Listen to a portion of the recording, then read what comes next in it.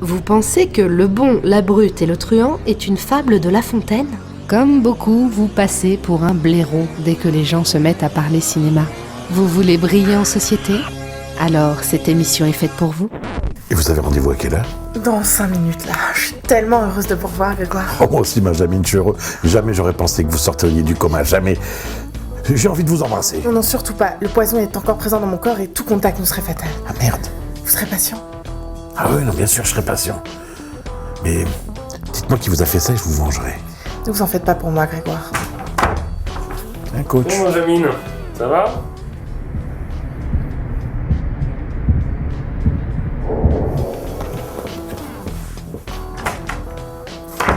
T'as l'air de bonne humeur, hein? Non, non, faut pas lui en vouloir, coach. Elle a rendez-vous dans 5 minutes avec l'inspecteur. Le même que la dernière fois? Non, non, pas le même.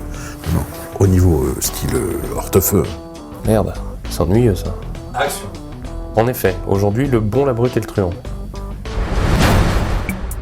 Sorti sur les écrans parisiens le 8 mars 1968, Le Bon, la Brute et le Truand attira plus de 6 millions de spectateurs. Un succès donc. L'année suivante, Sergio Leone connaîtra un triomphe avec Il était une fois dans l'Ouest et ses 14 millions d'entrées. Saviez-vous que Le Bon, la Brute et le Truand est l'ultime volet de la trilogie du dollar puisqu'il succède à Pour une poignée de dollars et Pour quelques dollars de plus? Que fidèle à ses acteurs, Leone retrouve ici Lee Van Cleef après Et pour quelques dollars de plus et surtout Clint Eastwood présent dans les 3 films de la trilogie. Que Charles Bronson avait longtemps été pressenti pour incarner Tuco, un rôle finalement tenu par Eli Wallach. Bronson avait déjà donné son accord à Robert Aldrich pour tenir l'un des rôles principaux des 12 salopards.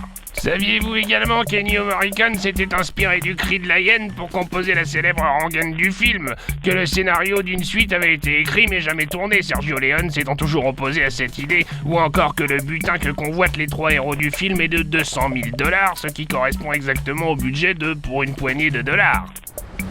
Et maintenant, Grégoire? L'anecdote.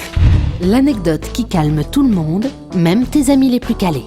Vous ne saviez peut-être pas, mais il existe plusieurs versions du film. La plus connue, distribuée aux États-Unis et dans la plupart des pays européens, durait 2h40. Le public anglais, lui, eut le droit à une version de 2h28 et le public italien à une version qui durait près de 3 heures. C'est cette version de 3 heures que le public français eut le plaisir de découvrir lors de la reprise du film en 2004. Une version que vous pouvez d'ailleurs retrouver sur les éditions DVD du film. Merci qui? Tu te tais. Oh mon Dieu, coach.